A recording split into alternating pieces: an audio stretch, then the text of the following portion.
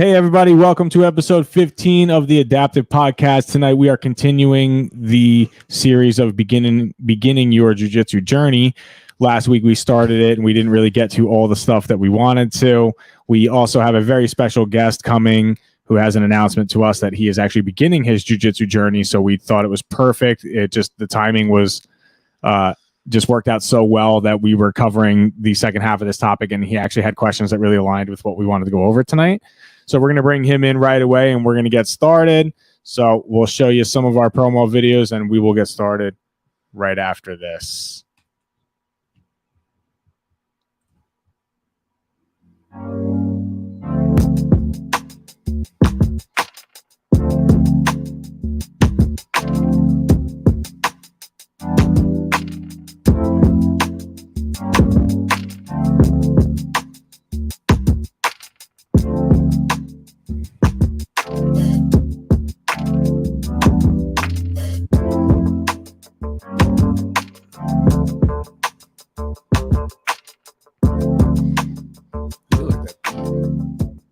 Yeah. It's kind of, I was feeling in the moment. Could be.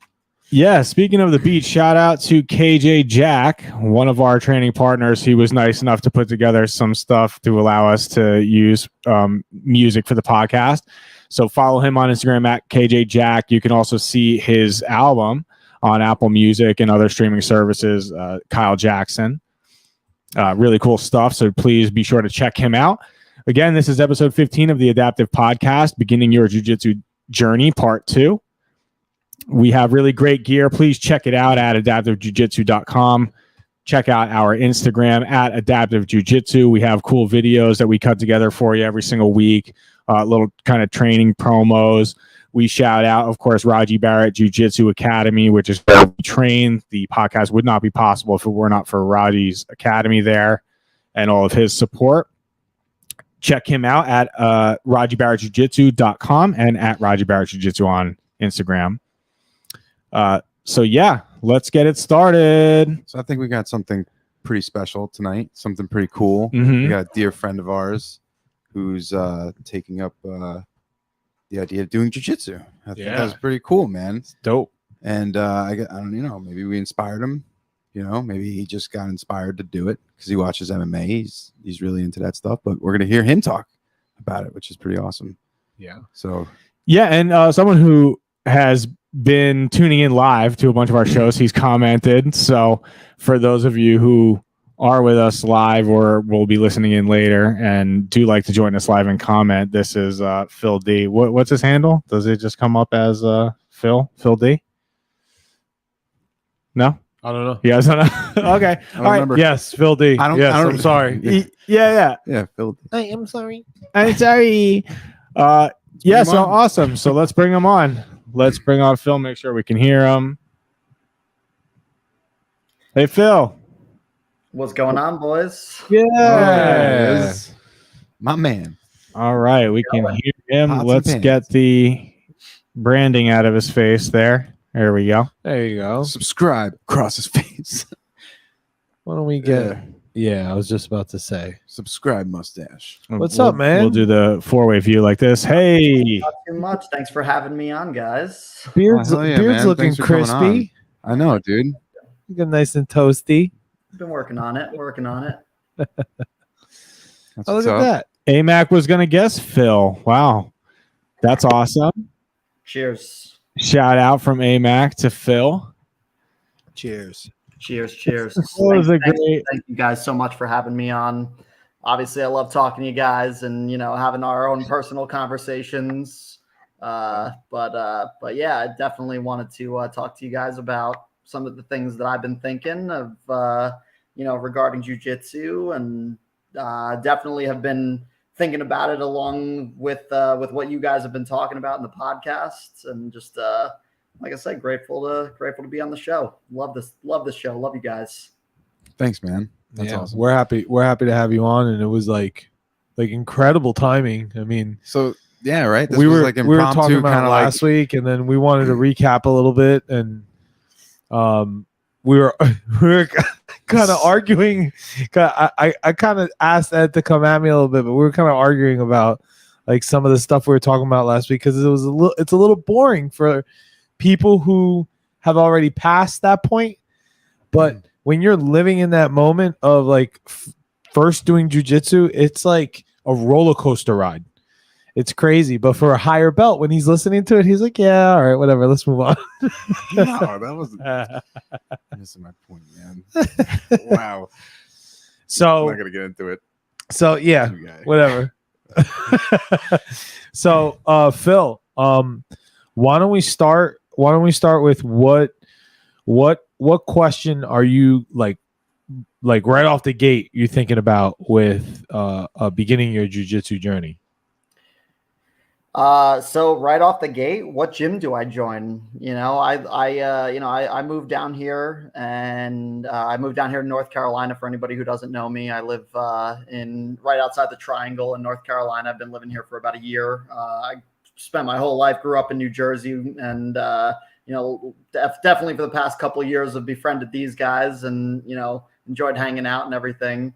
But moving down here, it's a new area, and because area new or not, picking a gym, I feel like is a little daunting. There's a lot of options. There's a lot of different skill levels.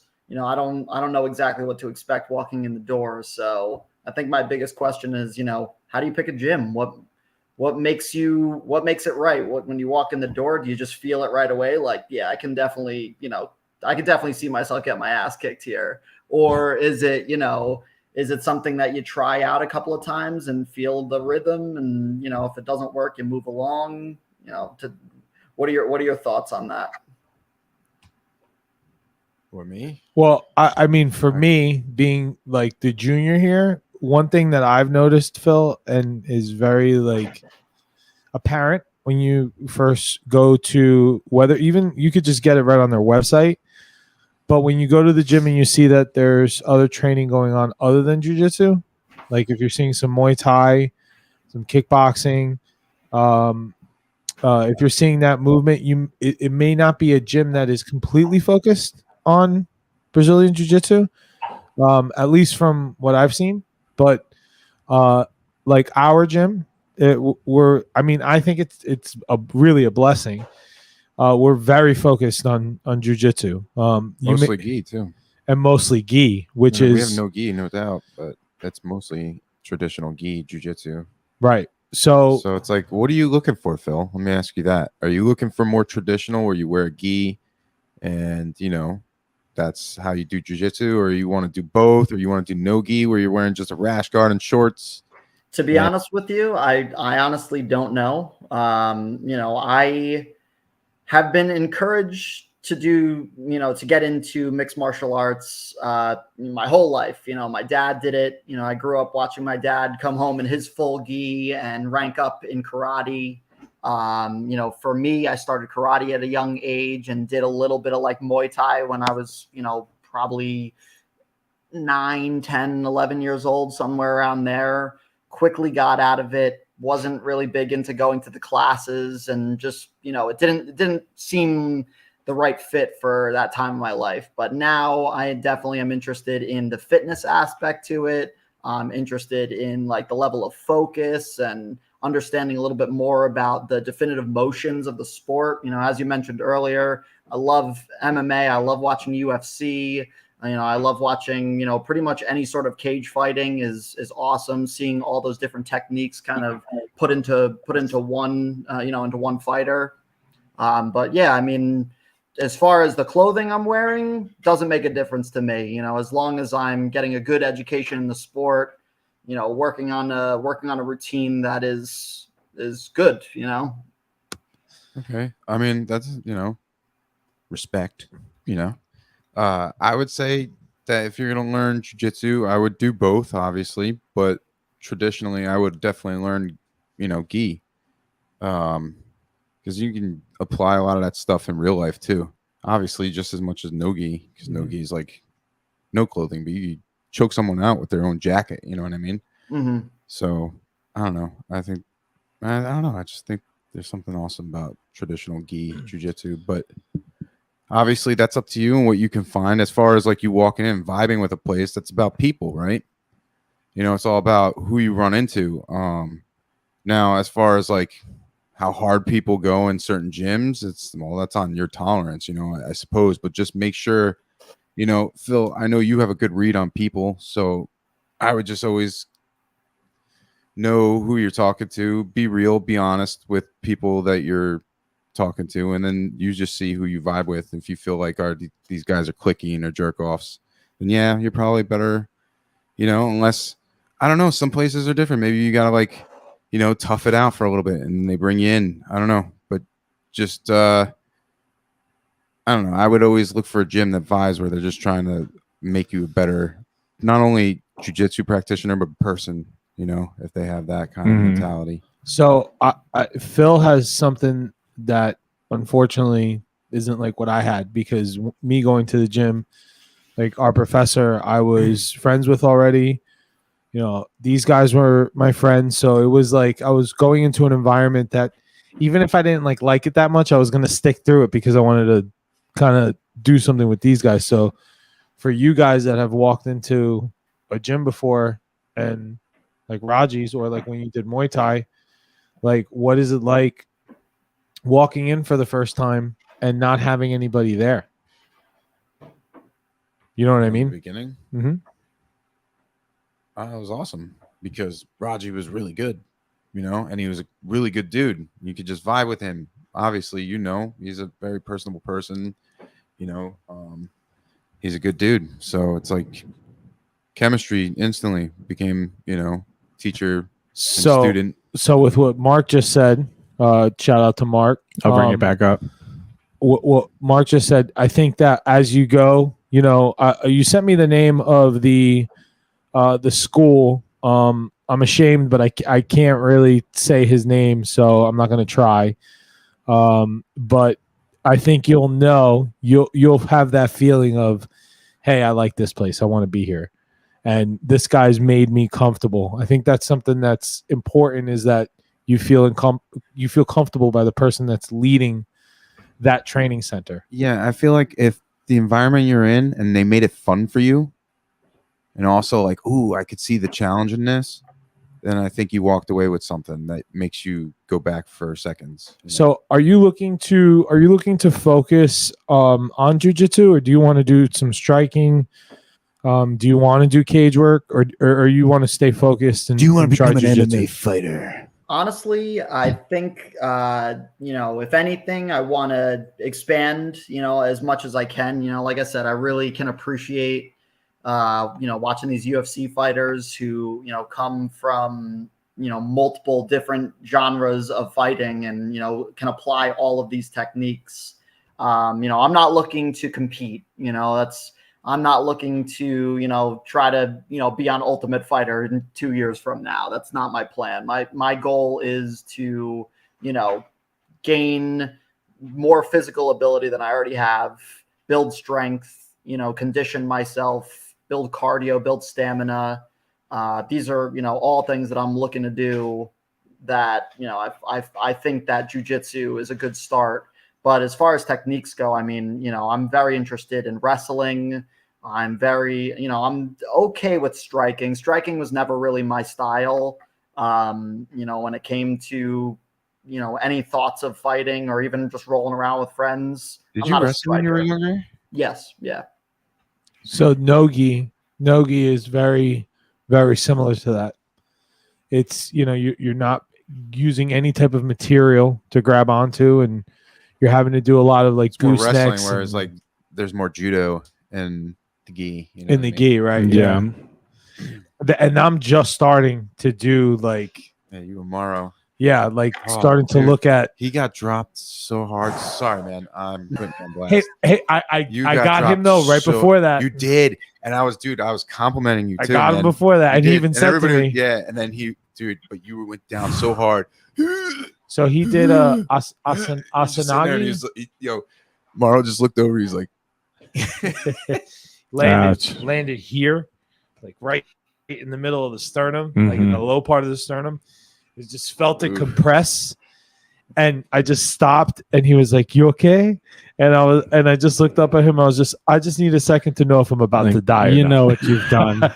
You know what you've done, sir. But you said it with your eyes, not with words. Yeah, and it's like the basic judo throw where you get your hips under and you lift the person, and if you try to, I was holding on and I kept holding on, and that's the problem. He just flung me over. Yeah, got to release. Big boy still. So I'm a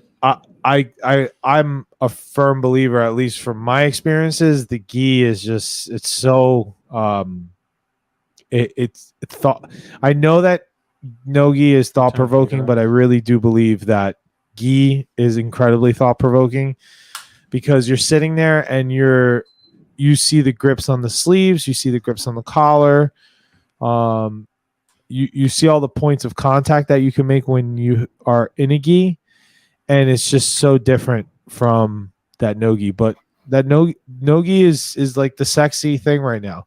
Like anybody who's starting to do jiu-jitsu, once you start like looking at videos and stuff like that, watching people roll, you're gonna see that there's it's more glamorous for most the no gi competition, but I think for the three of us here, we're very, we love the gi.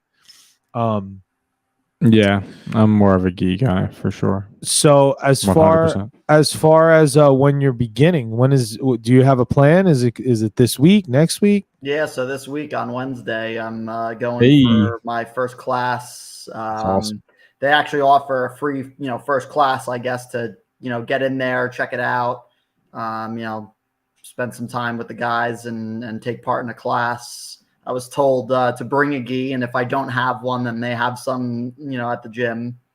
And I don't know how to feel about that one way or the other. I don't know if I'm getting, last week's new guys, gis thrown on my back.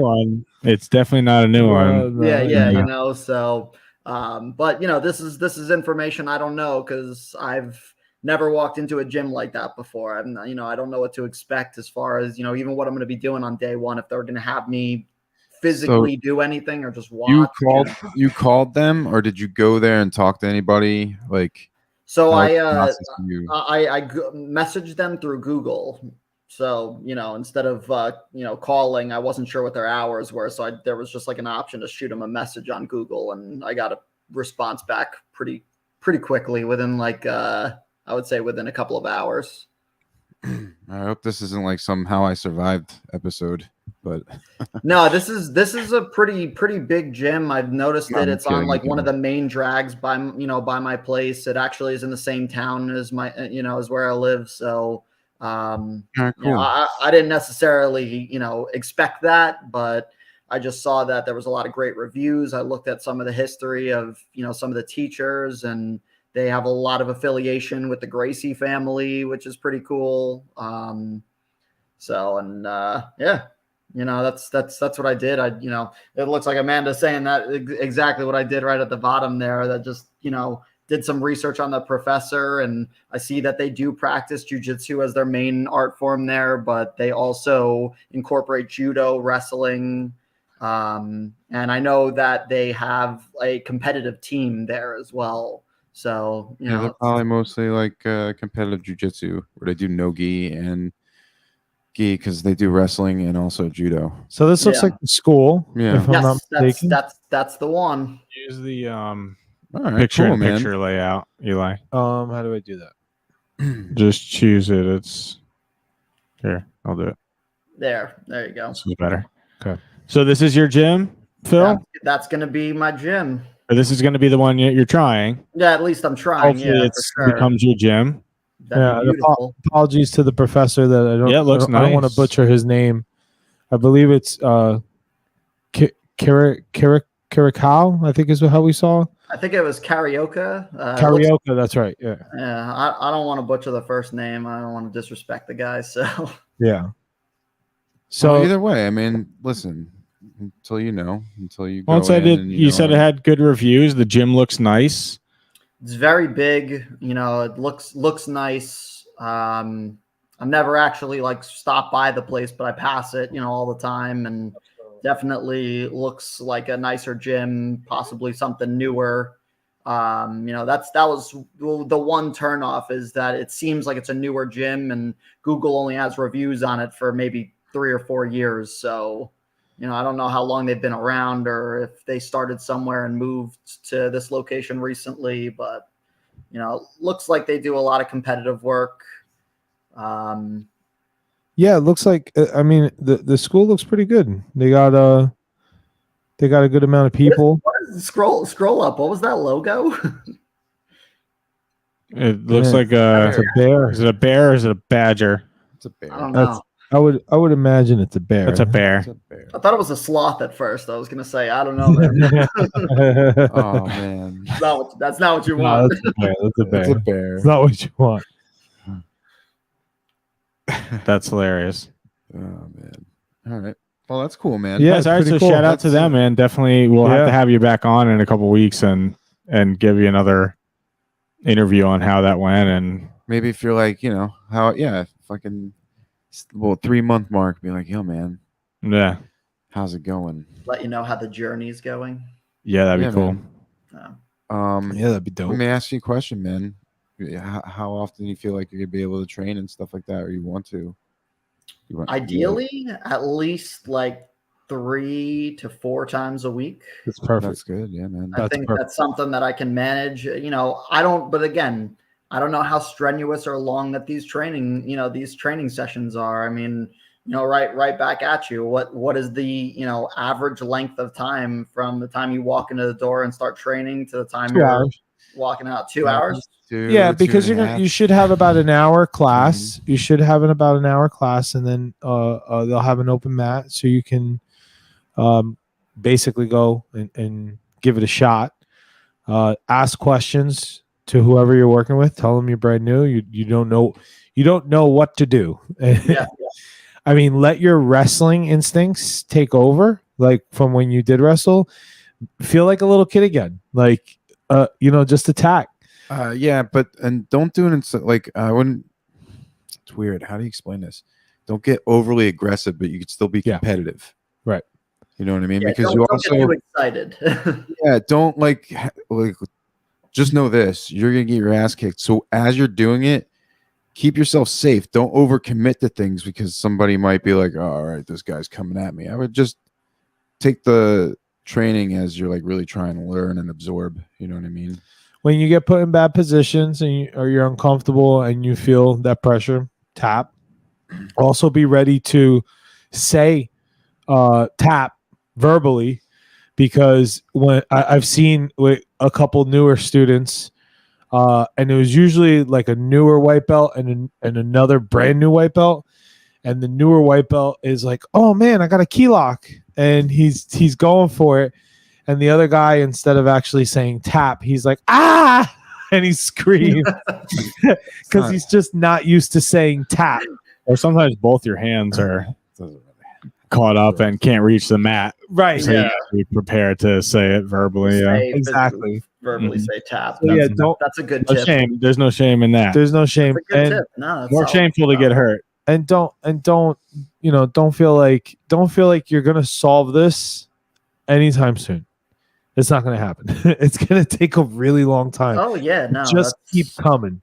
Just keep putting the time in, It's an and abyss. it's gonna be like 6 months, and you're gonna be like, oh man, I feel like I haven't learned anything. And then somebody's gonna walk in the door, and they're gonna be brand new, and you're gonna work with them, and you're gonna realize like, whoa, I can't believe how much like it feels like so much time has passed, but just in an instant. Well, you can see where you stand. You know what I mean? So it's like it's a good gauge all of a sudden, because you know what it is when you're training with the same people that you've been going with since the beginning. Sometimes you could feel like yeah, you're getting better, but sometimes you're like, damn, I'm not getting better with like against certain people that you're training with, right? Yeah. But that's when you realize how much better you've gotten. Is say like 2, 3 months, 4 months, 5 months, whatever. When new people come in, you're like, oh shit, I'm handling it. handling them. You know what I mean? Especially if you're going 3-4 times a week, you're committed.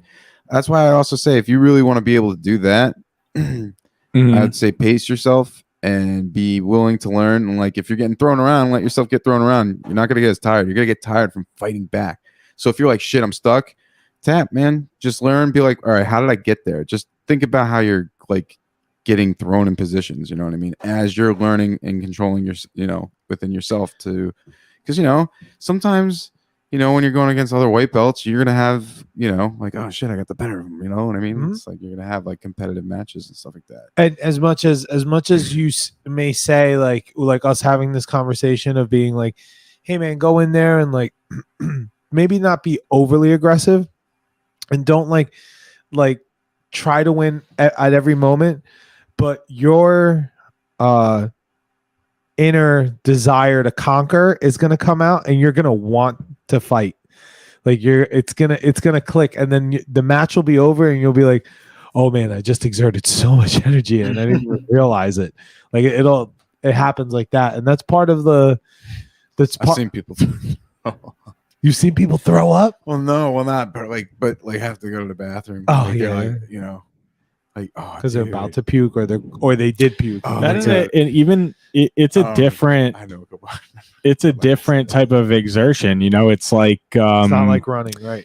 Like anything else, right? You get used to playing a different or one type of sport. You're conditioned to that, and you're like, oh, this translates to this, or we all think it translates to anything, when really it doesn't at all. And then you go and do jiu-jitsu, and the resistance is different, the breathing work is different, and you feel like you get your ass kicked on the first, forever, until you actually get used to what that's like. And then even for me, if I spend literally 1 week off the mat, I feel like I'm getting my ass kicked again when I come, even physically, not so much strategically or whatever. It just depends on the opponent, but yeah, I was gonna say, what I mean? You nailed it before, when like I think most people that like end up throwing up or whatever, it's because, well, one, they probably push it too much. Who knows? They might be smokers. They haven't been physically active. Done anything, you know what right, I mean? yeah. Yeah. And like I would say at that point, go in, really focus on your breathing, like just being able to breathe, and don't overexert too much energy, because you do that and you hold your breath. That's where you feel like nauseous and sick, because you're like, I overexerted too much of my body. My body just couldn't handle it. You know what I mean?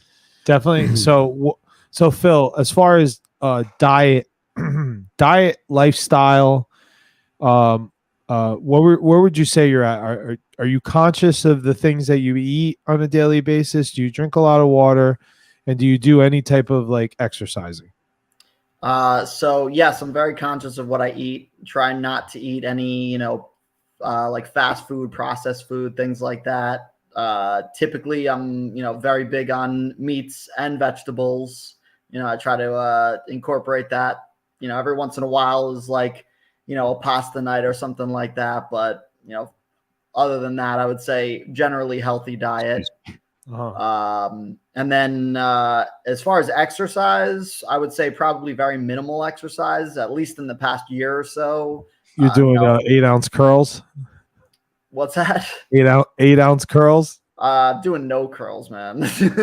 8-ounce curls, like a beer. Well, so I guess 12 8-ounce, whatever, toe curling, stuff like that. I guess that's exercise. So I would suggest, number one, especially leading into your training this week, I would increase your intake in water, and right away, starting tomorrow, do some light squats. Maybe like 3 sets of 10. Stretch. Do you stretch every day? Yeah. Okay. So for me, what's a good way to look at jiu-jitsu for me? Imagine like all of your muscles were connected to like resistance bands, like light resistance bands. That's what I feel like jiu-jitsu is, because like you're constantly like fighting somebody, and you're either like tightening up, or you're opening up and somebody's pushing you, and then you have to push back. It's just nonstop resistance bands in every single direction. So any type of stretching and any type of like quick exercises that you can do to like, like lunges, squats, sumo squats, some jump rope, light jogging, like stuff like that to get your lower half ready, because your upper half I feel like is a lot easier to stretch out quicker, and it's your lower half that is harder to deal with when it comes to fatigue in jiu-jitsu. At least for me, in my body type. Mm-hmm. Well, I mean, I don't know what this place, what their, their courses or classes entail, or like even their warm-ups or whatever, but to look up just, jiu-jitsu warm-ups, like positions you would put yourself that you can use, like doing drills that you'd be like, oh, I could see where I'm using that in a position that I'm using in jiu-jitsu, you know what I mean? It's like repetitious, like inside, Like a circles, guard pass or something. hip escape, hip bump. Even more basic. I was thinking more like because like guard passes with a leg. Yeah, there's just so many. I can go into, not even the ones we do. There's so many more than what we do. Yeah, well, the better you get to know the language too, the more you'll understand, and the more you can visualize, the more you can understand. So the language is definitely at the foundation of the learning. I think, which episode was it? Oh, you brought up the book, right? The Art of Jiu-Jitsu, I think. It's Phil. Phil, you know what you're about to go into? You're going to Pacific Ocean of martial arts. I don't get the reference. Yeah, I was just about to say. It's just an abyss. Don't understand what you're saying. Huge. Okay, so It's huge. It's like he was all confident in it too. So yeah, man. That's where you are. I've thought about it. Jiu-jitsu is like the New Mexico of United States. Mm-hmm. You're gonna be like Tom Hanks in Castaway, man. Begging for a Wilson. And he will be your friend. Yeah, man. He'll help you along the way. And he gave you right at the end of it too. He gave you the hardcore nod. You know what it was? I was thinking more about it, and I was like, "Yeah, I'm just maybe I'm in the Pacific Ocean right now." That's what I feel like. I feel like I'm still in the abyss, bro. It's just like you're gonna be asking questions forever. Yeah, I was just thinking about it myself, and I'm like, "Damn, I don't feel that much." What's the black belt line? What is it? You get your black belt and. You start. That's when you start learning. Then jiu-jitsu? you start learning jujitsu. Yeah, right. Yeah, man, or you don't start learning until back. However you want to say it. Yeah, however you want to say it. A line, a cliche line. Yeah, and we're gonna go back and name our episodes specifically of like what the focus was, but I think it was episode 9, Phil, that we did about preventing injury and some really good best practices that you can start and get into those habits early, especially when you're starting, and that's just really basic shit. Stay hydrated, stretch, nutrition, things like that. If you don't like a mouth guard, chew gum. Yeah, that's not it. I don't think that's in that episode. No, I chew. I don't like a mouth guard. I chew gum. Is that but right? some of the other things, I don't like understand how that protects your mouth. It's not a thing. But apparently, there are other people who feel the same way as me. So I think this is a good. That's fine. It's not a substitute for mouth guard. That's all I'm saying. It's not a substitute at all. Eli, you're for gum real? doesn't come You with. actually chew gum as a mouth guard? No, but he talks about it proudly. I chew gum. I chew gum for 2 reasons. One, No, I have all my teeth still. Thank you, Trident. That's my point. I'm like, the way you sell it, you're like, listen. It's more about my tongue. It's the next. All right. It's more about my tongue, because when you chew gum, you don't chew with your tongue. to block the impacts of my teeth. Like I know where the impact is, so I put my gum in that corner of the mouth. You ever see the little inserts that come with mouth guards that say, if you still lose a tooth and you fill this form out, you're insured up to $20,000 or whatever? Yeah, packs of gum don't come with that form. That's a really good. I didn't know that. Yeah. Well, damn. You never. Well, you probably throw it away every time. He loses his tongue. He can't fucking talk. Yeah. Fuck. The judge is like, well, you can't give a testimony. So he's gonna be up all fucking night thinking about this shit tonight. Damn. Yeah. He's like, fuck, man. Tomorrow's gonna be the day. I'm gonna tribute 20K. 20K, man. Yeah, you actually get some mouth guards actually come with insurance policies. Someone fact check this. Someone fact check this. Fact check me, baby. All right, I'll check. I'm the producer. You cannot fact check. Just try to pull it up on the screen, baby. Let me see. I'm gonna look. Get a Gatorade mouth guard, says Isaac. That's a fact check. True. A Gatorade mouth guard. Was that something you get at Target? What the fuck is that? Gatorade? Do they really have Ama- one? Amanda says you blow a bubble and put it behind your lips like some sort of oral mouth airbag. With a piece of gum. It just deflates. It's It goes off on impact. Is that the equivalent of like packing a lip, like just like with tobacco, just like packing a lip in there? Is that similar? Yeah. It just goes off on impact. That's amazing. Just don't be herky jerky. You'll be fine. What is it? What insurance? Is that what Mouth coverage? insurance with mouth guard. So Yeah, so I think this is a good question to ask ourselves in this exercise for Phil. Like, what do you guys, thinking back, what would be a good piece of information or some things that maybe you didn't get the message, or you got it late at white belt that would have been helpful to you in your first like 6 months to a year of training? Oh, excuse me, I have a bubble in my throat.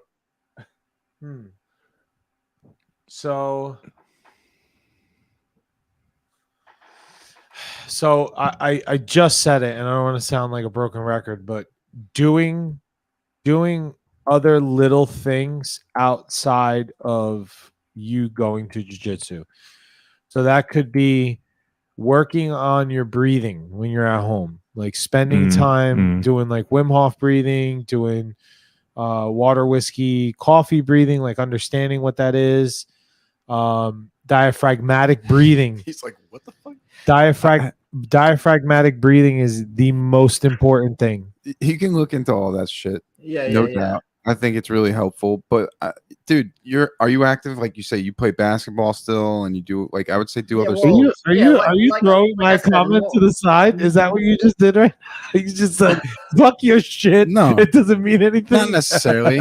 Dang. Did you hear that, Phil? No, not necessarily. All right, so Phil I made a think funny face. Eli, So hear me out. I think Ed saw me doing the Yes. mind blown thing because what you were saying was all things I've never heard. You said whiskey breathing? Yeah, Yeah. that's what I'm saying. Water, Open a bottle of whiskey, coffee and breathe breathing. a little bit before you chug it because There's familiar. there's a good TED Let's talk give him on some- water, whiskey breathing. Water is always drank. You drink water all day long. It doesn't hurt you. That Very is true. a specific type of breathing that you can help to regulate your body. You can do it at any point in the day. Whiskey breathing is the type of breathing you would do at night, right before you're going to go to bed. You only have a little bit of whiskey and it doesn't hurt you. But if you have too much whiskey, then you get dehydrated. It's not good for your body. So you only have a little bit and you sleep very well and you can fall asleep quickly. And then finally, coffee breathing. You only want to have a certain amount of coffee in the day. You can't, if you over caffeinate yourself, you'll feel that heart racing feeling. Well, there's coffee breathing where you breathe in a specific manner and your focus is like, boop, like you turn on. So understanding how to breathe like that, I think is important because of recovery, because of normalcy throughout the day, and to get ready to go train. You may be having a long ass day where you were working and you're walking in the gym and you need to wake up, but you don't have something other than water to get you up. So you focus yourself and you do some coffee breathing.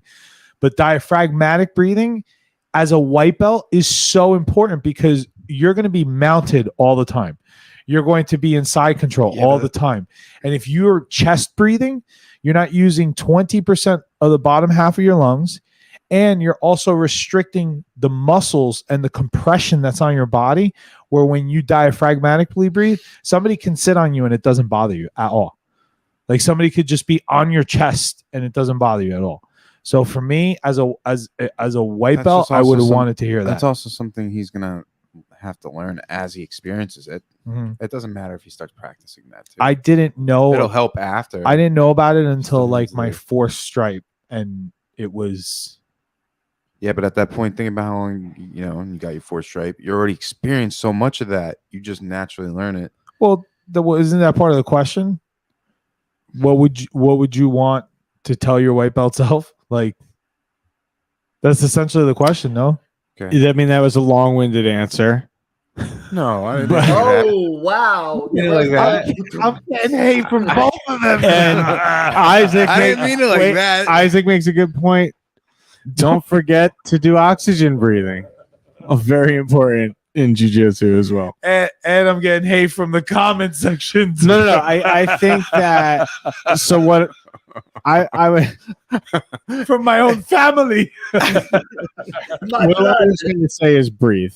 Don't pay attention to your breathing. Learn some respiratory techniques. No, Okay. I'm just messing with you, bro. yeah, no. hate. Well, I mean, that's important. That's good to know. I mean, that's something that a lot of people don't think about. Even in, just regular going to the gym and working out, a lot of people forget to breathe. So it's important. It's super to know. important. Like I think that everyone in jiu-jitsu eventually learns how to improve their breathing because you have to. Yeah, you don't have a choice, right? You'll feel like shit all the time if you have shitty breathing. You'll learn to be in stressful situations where you cannot let panic sit in, and you have to just breathe to think about what you need to do next. Think about it. The more oxygen Maybe, you get to 'cause your there are brain, the more functional you are, right? Mhm. You just break it down to yourself. Just tell yourself, like, I need more oxygen. I'm just gonna steadily breathe in patterns that make me feel like sharper. You start noticing it, like you said, if you start practicing breathing techniques and stuff. Mhm. Like that, you know what Yeah. I mean? There are partners that still panic forever. I think it's more of an ego that's thing. Yeah, man, of course. Right. The pride and ego thing. That's panic because they're like, I can't lose. I That's can't not That's not a breathing panic. That's different. Yeah. Separate. Ed, you got one or?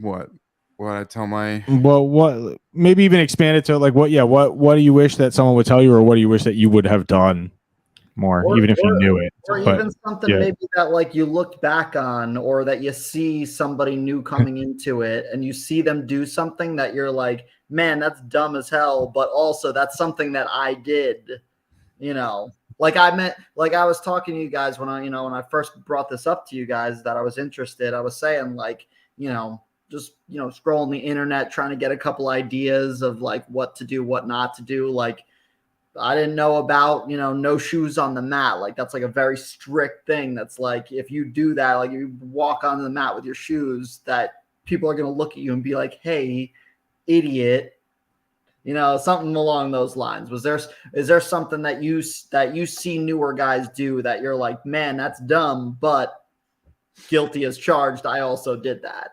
I don't know. I see it more in like wrestlers, but like more like herky jerky, just like I'm gonna come at you from the get, it's like, oh man, now I gotta tune you up.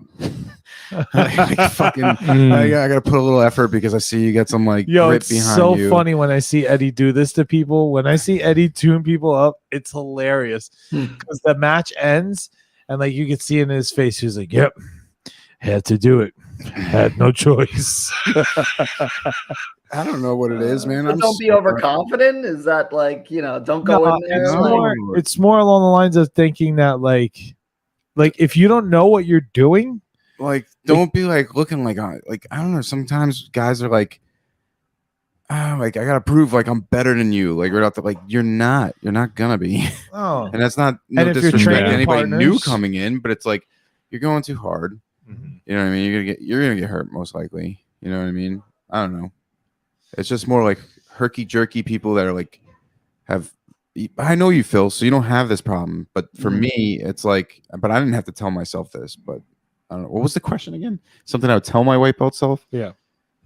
Yeah, what do you wish you knew, or what do you wish you did more as a white belt? Journaled more. That's a good one. Man, that's a really good one. You know what? I watched so many videos, and my memory, the way it works, I can remember a lot of things by my head. So I take for granted. So, but like I'm getting older now, and I'm like, damn, I wish, even now, like I do write more, but like I wish I really like. Some of the most I've learned was when I was journaling. Mhm. The only reason I stopped journaling was because I was doing it while I was on leave for my daughter when she was born. I had 4 months that I took off, but I journaled during that time, and I learned so much but I haven't been able to since because of work. And I was actually thinking about this the other day. I think instead of journaling in my little journal, I think I'm gonna record it, just speak on it, and then have that, use some of the technology and have it put into writing, and then just have files like that. You could just dictate as you watch. Yeah. Right. Yeah, I mean, for me, I never did much journaling either, but the act of journaling, even if I would never go back and read it again, does help you solidify that information. It's reflection. Well, It's- not only is it reflection, but It's like just even if reinforcement. you only looked at it like once or twice, maybe down the road you don't. The fact that you wrote it, it stays more ingrained in your fucking memory for whatever reason. I don't know. It's like a double layered like print. It's in your mind, and then you see a physical picture of it too, instead of you just visualizing your brain. Then you have like two fucking. Yeah, there is something scientific about that, about I don't writing fucking something know. It's how down my and better brain works. ingraining it in your memory. That is a true thing. Yeah, it's like the kinetic memory, something like it that. gets burnt in your some physical. subconscious. I don't know. It's Because like now when you meet there's somebody, actually you a say physical memory of you doing that, like transferring it to the paper Oh shit. So or whatever. my point is like when you do that, you're articulating even more instead of just pictures in your brain of how it's functioning. So you put more thought into every movement, every aspect of the sequence and move that you're doing. And I guess another thing too, I don't know. I guess I wouldn't say it's something I would tell my white belt self because I don't think I'd be able to comprehend it. But it's like Say it. Maybe we could break it down a little bit. really just understanding like like the four walls, of jiu-jitsu. It's like the idea of like, all right, you get someone down. Usually you have to pass their guard or you're fighting their open guard to get, it's just understanding, really being able to break down Just a high each level, sequence that like Yeah. there's only so much when you really think like an about it. It's like overview of what yeah, your it's goals guard, are. pass the legs, pin the body, and go north south. That's pretty much it. You spin, you get the back. You know what I Isolate an mean? arm or a neck. Right. Yeah. Yeah. I don't know where I was going with that. But Phil, another good thing to do is because you've asked some good questions about like etiquette and whatnot, is not to feel stupid for asking the question when you're in your gym. Don't hesitate. If you're uncomfortable and you don't know the answer, just ask it. Like, am I supposed to be doing something right now? Like, let the people around you know that you just don't know, where you're supposed to be. But yeah, don't walk on the mat with your shoes on. That's a no. You're gonna get a knee bar real quick after that. as Joe Rogan put it, a leg bar. A leg bar. I couldn't believe he said that in the last. Watch out for the leg bars. The good thing he's going for the leg bar again. It was like he said it twice. Oh my god! Well, the good thing, Phil, general way is- to say it, I suppose. No, you say knee bar, and he knows better because he's black belt in jiu-jitsu. It just sounded funny coming from his mouth. the good thing, Phil, is that you're entering jiu-jitsu in 2022 and not 1995 because in Roughnecks. yeah, it was like a whole. I mean, I didn't know about this until a couple months ago, and then I started going down that rabbit hole. But like the memes out there for people of like what professors would do to their students, Right? like, I've been sending you a couple of those too. They're real Yeah, funny. dead. And then bury them in the back. so good. One of the videos is like today, the white belt's like, Professor, can we roll? And they roll, and he's like, he lets the white belt get him on an armbar, and he taps. He's like, "That's a great job. You're doing so well." And then it's like 1996. The white belt's like, "Professor, can we roll?" And he just starts yelling at him in Brazilian. He's like, "No, you can't roll with me." And then he does roll with him. He bow and arrows him, and he's tapping. He's like sitting there just tapping, and the professor goes and does it even harder. What was the one where the kid comes in and he's like destroying him? He threw him up against the wall, and it cuts the white chucking them. It's Yeah, like, and then he uses his head and his hair to mop the mats. that's because he walked on the mats with his shoes on. Yeah. Today you walk on the mat with the Yeah. shoes. The professor's like, "Hey, get off my mat." Cleans up after you. In 1995, the professor uses your head to mop the mat. yes, yeah, that was it. That's hilarious. Yeah. I think what you're going to be surprised with is that there is a huge mental aspect. At the beginning, when we asked you what you were looking for, it sounded like you were very focused on a lot of like physical and, exerting yourself in ways that you haven't before.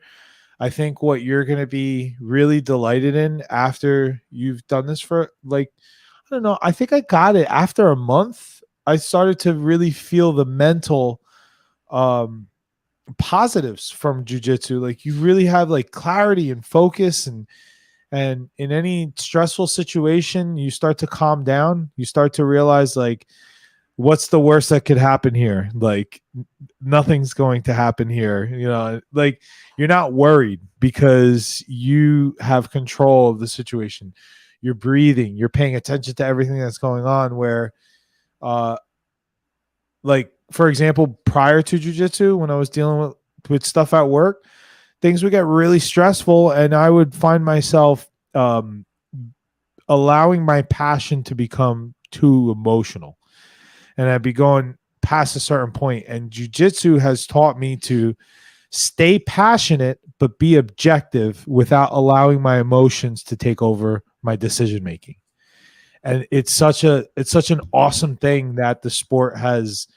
Like I feel honored to even like feel that, but I think that you're really going to enjoy a mental give back here as you start to invest your time in jiu-jitsu. So look out for that. I'd love to hear when you come back and we ask you again. I'd love to hear about that. So I think you had a couple questions. Did we answer most of them, or did you have one more?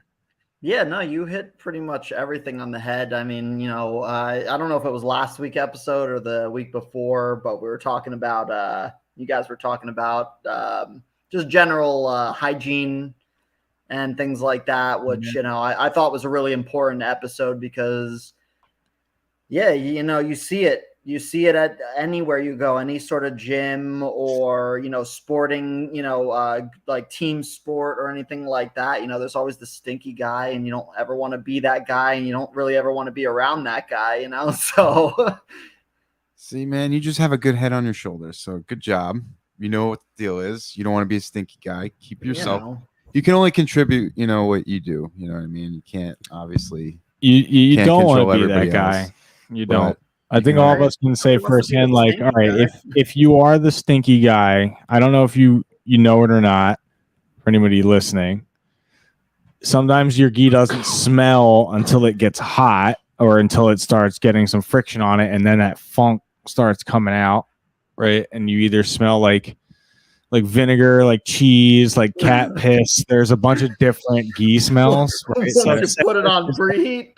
They're all really bad. They're all really bad. But I'm just telling you, like, and we're going to go into, this is a perfect segue. We're going to go into some tips that we've figured out how to take care of this really well. Yeah, throw it out, get a new one. But like when you smell like that, people don't want to roll with you again. So if you find your partners being thinned out and becoming scarce, look inward. Yeah. Smell inward. You might smell like poopy. You might not smell the greatest. So yeah, some tips on taking care of your gi, Phil, for you who is just joining. You can have awesome habits to begin with, and for some of you who might not have known these tips will help you gain better habits moving forward, taking care of your gear. So number one, don't let it sit.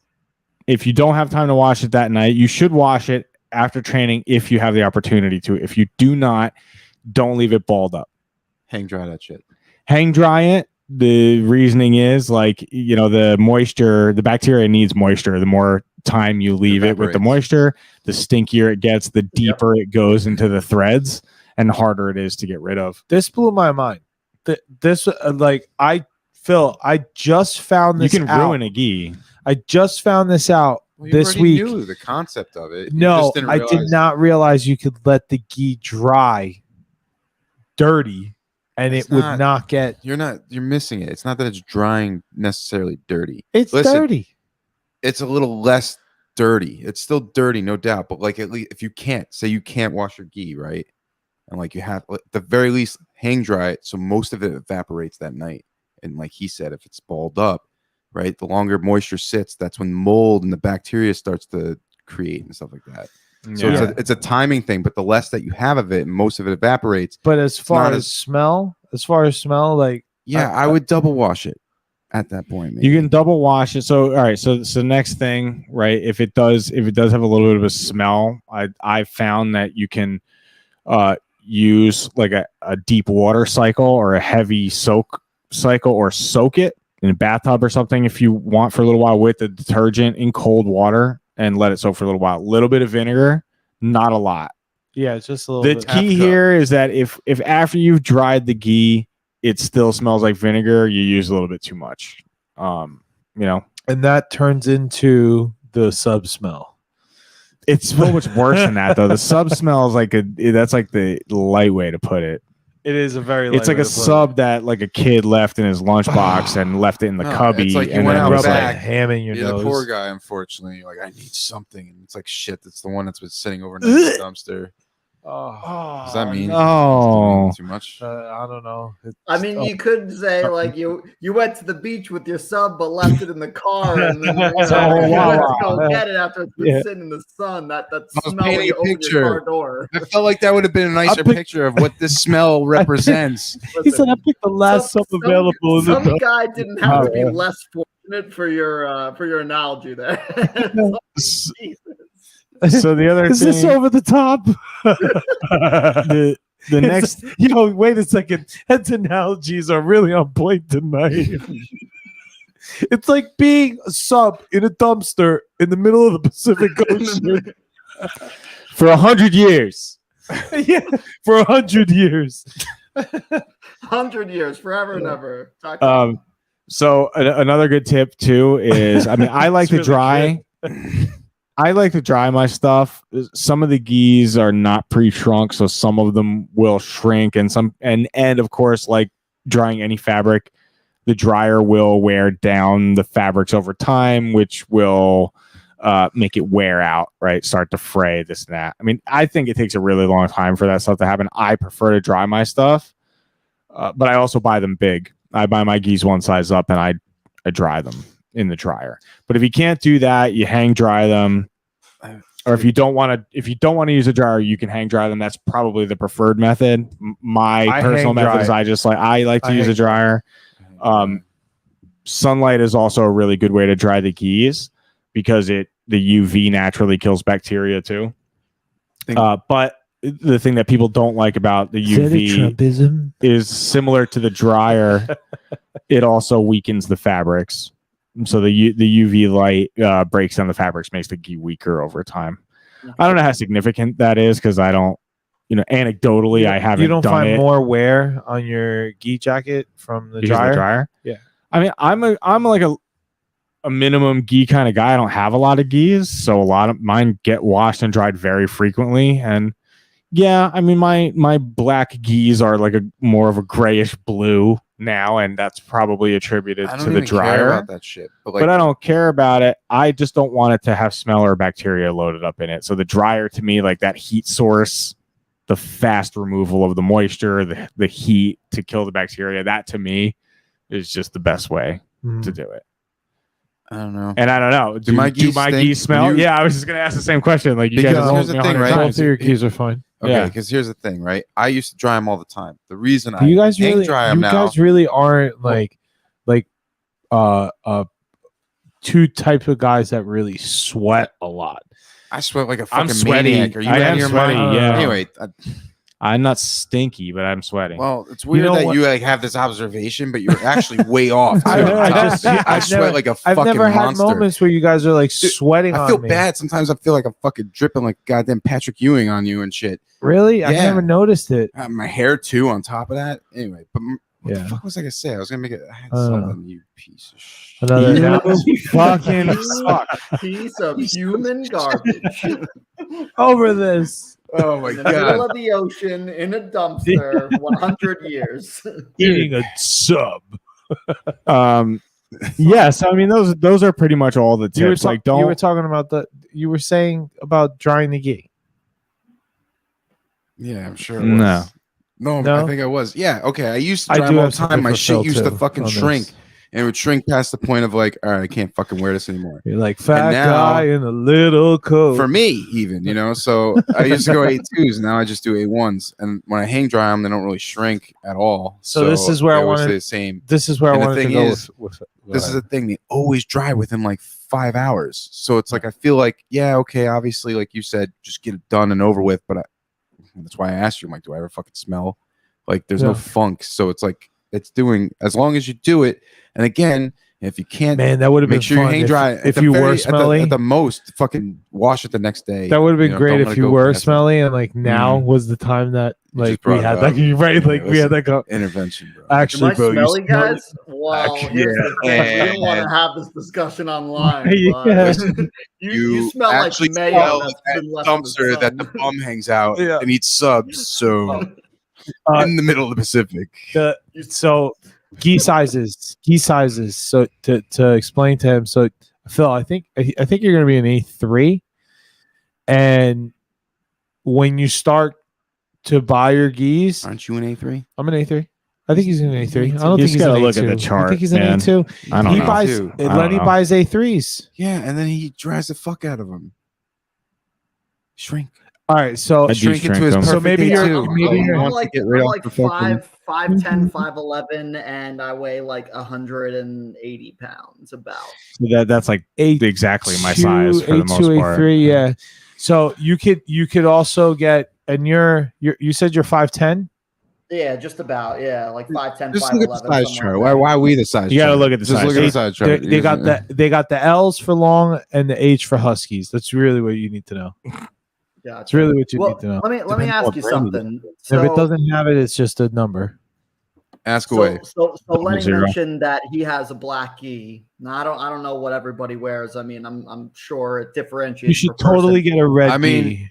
Is that by gym? Like, what's the difference with color? Don't do Because that. obviously belt colors, they're. I mean, certain gyms- signifying It's a your good class. question. Good question. Good question. That is a for a good beginner, question. yeah. I would ask. All right, traditionally, black has been more introduced, and it's like okay, it's not like blasphemy anymore. It used to be just white, and then it became white and blue, Okay. and now I think like now that I don't know what your etiquette of your school might be. So like it seemed like in the Depends on picture, the school. seemed like in the picture I saw blackies, blues, and whites. I'll take another look at that picture. So Yeah. I think traditionally you can go with any of that. So it's your preference. I would say, I don't know. Luckily we're allowed to wear blackies. That's my favorite. They look the less Same. dirtiest. Blues are good. I like dark blues. Like navy blues, royal blues.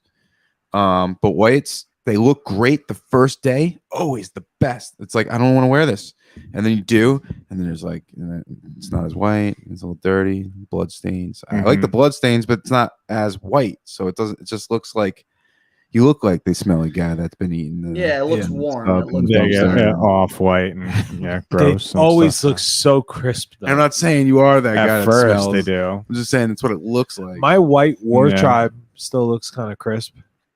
I also use a Ripped it. lint roller. You just No, just the material ripped a little bit on the pants, right? on the pants. Fuck. I use a lint roller too. After the gi dries, the gi jacket dries, I do take a lint roller to it to try to make it look a little bit extra crispier, and it does look nice. And if I you got get one of those uproot things that you can just like kind of rub on your sweaters and clothing and things like Those that. are It takes all awesome. the small Yeah. fibers. It's amazing. Yeah, amazing man. for like carpets and shit, but you can also use it on clothing. That's nice. good. It is good stuff. So intent as rolling for him. Would you guys have any advice for that? Just soak it in, man. I would just say have fun. Go in there not trying to compete, go in there trying to learn. Like, all right, I want to learn these moves. I want to be able to apply them. So if they're being applied against you, that's okay. Just learn how they're being applied to you. Pay attention. Focus on your breathing. Don't panic. Remember, the stress reliever is just being able to tap. And as long as you can push the ego to the side and not worry about like, oh, this guy got the better of me, who fucking cares? If you just put in the time mentally to just learn, you're eventually going to become better. And definitely the people that come behind you, but like you might eventually become good enough to compete with the people that have been there already. You know what I mean? It's just like, don't have that as the main focus. Have the main focus of just you being fucking able to absorb what you're learning and applying stuff that you like engage in, that you like positions, maybe even submissions, and like you're like, ooh, I like being here. This is fun. You know, like gravitate towards that. And then you slowly start building like routines in the game that you're like, all right, this is part of my game. And how, I mean, you're going to learn that later on, obviously, but like, I would just absorb as much as you can. Have fun. That's it, man. Yeah. I mean, intent as a very beginner, just go in and know it's going to be challenging, and you're going to get beat up, and that's fine. Just remember, you know, as long as you're not getting hurt, you know what I mean? There's a difference. So make sure like your guys are like, if you're like, holy shit, these guys are doing all these crazy moves on me. As long as they're not hurting you, then you know you got good training partners. Because somebody that's really good, that really knows what they're doing, shouldn't have to hurt you to like get in positions and stuff. Yeah. They should be able to just control you and slowly beat you up, and you're just like, what the fuck just happened to me? You know what I mean? Yeah. And I would just focus on the language, and I always go back to this for beginners, but I think that that's just super important because that just will help you learn. That helps you understand more when you're watching, you know what the positions are called, know what the grips are called. And then eventually once that is, then it's easier to have discussions, conversations, and to conceptualize what's being shown and stuff. So it's just constantly easier to remember. Yeah. I don't know. Yeah, I don't know if this will come across the right way without like physically showing you and doing it with you, but intent in the beginning, I would focus too on elbows to knees.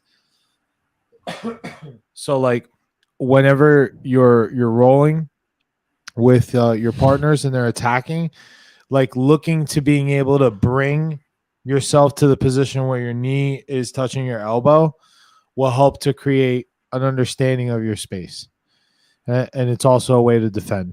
I mean, he hasn't even been to a class yet. Yeah. I mean, I'm sure I'm going to learn, you know, some of these things. I know, but it's like a basic thing, like elbow to knee. I'm not disagreeing. It's just hilarious that like, hey man, I can't tell him to breathe. You know what? No.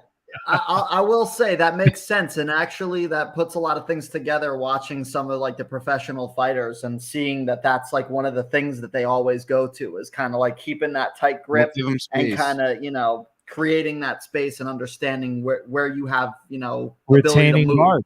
That's how you retain guard, is to be able to. I just see Phil lined up against the wall at the beginning of the class.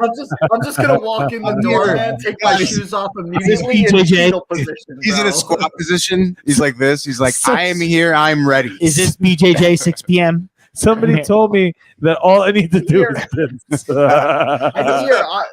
Hand me my black belt, sir. There's one thing. Don't tell them Adaptive told you to do that. I was told a couple things. I was told this and the Pacific Ocean.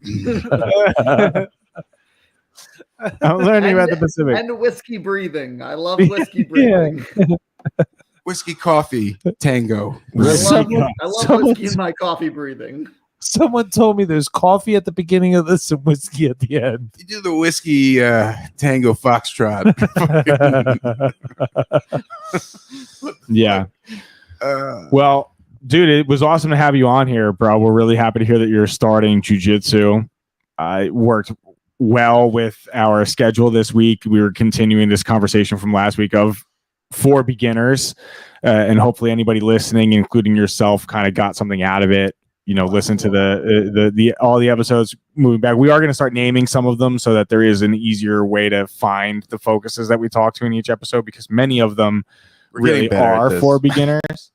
Yeah, we're getting better. 15 weeks in for all of our supporters. Everyone listening live right now, thank you guys so much. Please remember to go to our website at adaptivejujitsu.com and Adaptive Jiu-Jitsu on Instagram to check out our gear. We have brand new rash guards, patches. We have a lot of new stuff coming your way in the next couple weeks for the spring and the summer seasons. A lot of really cool stuff. But yeah, I mean, I think that's all we got for tonight. A little bit of a shorter show this week, maybe. That's a wrap. Yeah, it was good. But yeah, dude, Phil, we would love to check back up on you in a couple weeks and let us know how that gym was. Send us links so that we can share with some of your locals, right? Let your training partners know about the podcast. Tell them they can check you out. You better believe it. I'm going to be repping that adaptive rash guard pretty soon. Yeah, don't forget, you can get those at the website. You're going to need probably at least 2 of them. We got some of our listeners. Mark Reyes wishing you the best of luck. Oh, real quick. Thank you, sir. Real quick. That's another way, man. You want to be a smelly guy. Have a couple rash guards, a couple gis in your rotation as you're washing that shit and you're wearing it. You don't just overkill your one attire you had. Stock up a little bit. Yep, have more. We actually put together a Google Doc that you guys can find in the description of our last video, episode 14, beginning your jiu-jitsu journey, that has the checklist of everything that you might need to get started for your first month in jiu-jitsu. Another thing, we're going to be trying to add some value to our practice here, give you guys documents, checklists, links, things like that you can follow. Especially our friends around the country like Phil, who's joining a gym. We're going to send you that link of the gym that he's at, so anybody in his area and listening in nearby can check them out and check out their page to see what they're up to. Sweet. So yeah, this has been an awesome episode 15. Thank you everybody for listening in again. This is Adaptive Podcast from Adaptive Jiu-Jitsu. Again, it would not be possible without Radji Barret Jiu-Jitsu. Check him out at Radji Barret Jiu-Jitsu on Instagram and at RadjiBarrettJiu-Jitsu.com. Check out our gear. We'll see you again next week. Buy our stuff, adapt or get tapped. And with that, we'll play you out. We'll see you guys again next week. Thank you so much. Everybody. Phil, thank you, buddy. Thanks, Yeah, man. thank you guys, man. Thank you. It was fun. It was a great time. Oh, yeah.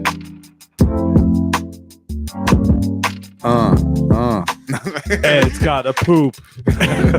Hey, yo, Ed's got a poop. And if you saw the size of this thing, you would We do poop jokes now. The end of every episode. I guess it's just gonna be a run-on gag, because if you saw it, you just gag. Hey! Hey!